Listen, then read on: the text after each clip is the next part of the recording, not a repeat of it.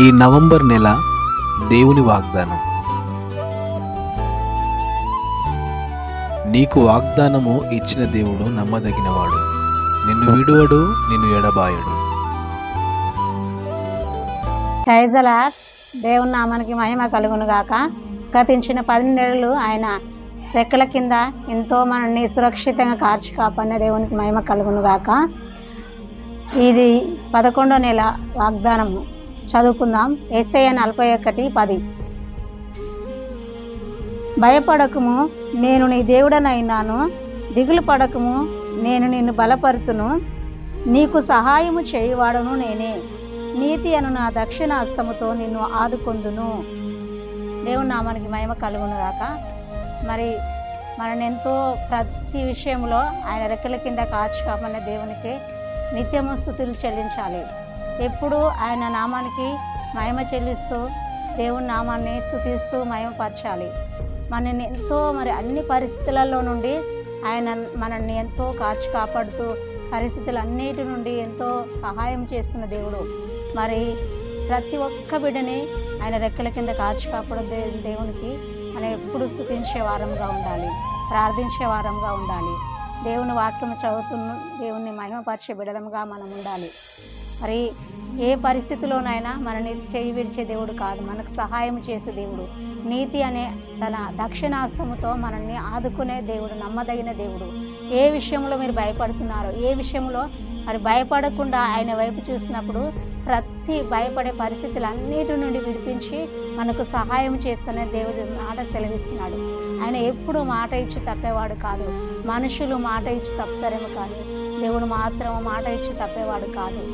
ప్రతి విషయంలో సహాయం చేస్తూ మన ఎన్నంటి ఉండి మనకు సహాయం చేసే దేవుడు మనల్ని అరచేతిలో పట్టుకొని ప్రతి విషయంలో మరి కాచి కాపాడుతున్న దేవునికి ఎంతో మనము స్తుతి చెల్లిస్తూ ప్రార్థించి ఆయన వాక్యం చదువుతున్న బిడ్డలముగా మనం ఉండాలి.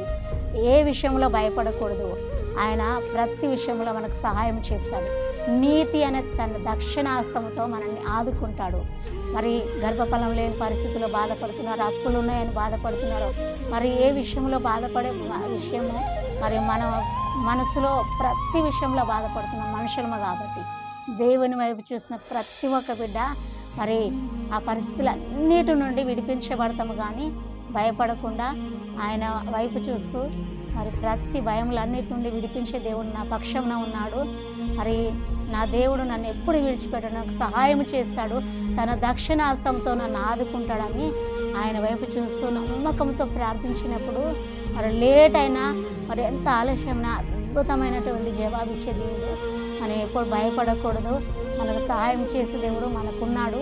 మనం ఏ విషయంలో భయపడకూడదు. అప్పులు ఉన్నాయని, ఆర్థిక సమస్యలు ఉన్నాయని మరి అన్ని విషయంలో భయపడతాం. కాబట్టి భయపడకుండా మరి ఇన్ని 10 నెలలు ఎంతో మనల్ని కాచి వస్తున్న దేవునికి మనం ఇంకా స్తుతి చెల్లించే వారంగా ఉండాలి. ఈ యొక్క 11 నెలలు ఎంతో అద్భుతమైనటువంటి సహాయం చేసే దేవుడు. మరి 11 నెలలో మరి నీకు సహాయం చేయక ఎప్పుడు విడిచిపెట్టేవాడు కాదు. దేవుణ్ణి స్తుతిస్తూ దేవుని నామాన్ని మహిమపరిచే బిడ్డలుగా మనం ముందుము దాకా ప్రతి విషయంలో మనం దేవుని వైపు చూస్తూ సహాయం పొందుకునే బిడ్డలుగా మన ముందుము దాకా దేవుని నామానికి మహిమ ఘనత ప్రభావం కలుగును గాక. ప్రార్థన. స్తోత్రము తండ్రి, పరిశుద్ధుడా, నీ నామానికి మహిమ కలుగును గాక. ప్రభా, ఇది ఎంతమంది ప్రభా మరి ఏ భయముతో నాయన బాధపడుతున్నారో, దిగులు పడుతున్నారో ప్రభా, అయ్యా భయపడుకో, నేను సహాయం చేస్తానన్నావు ప్రభా. నీతి అని దక్షిణ ఆయన హస్తంతో ఆదుకుంటానని చెప్తున్నావు ప్రభా.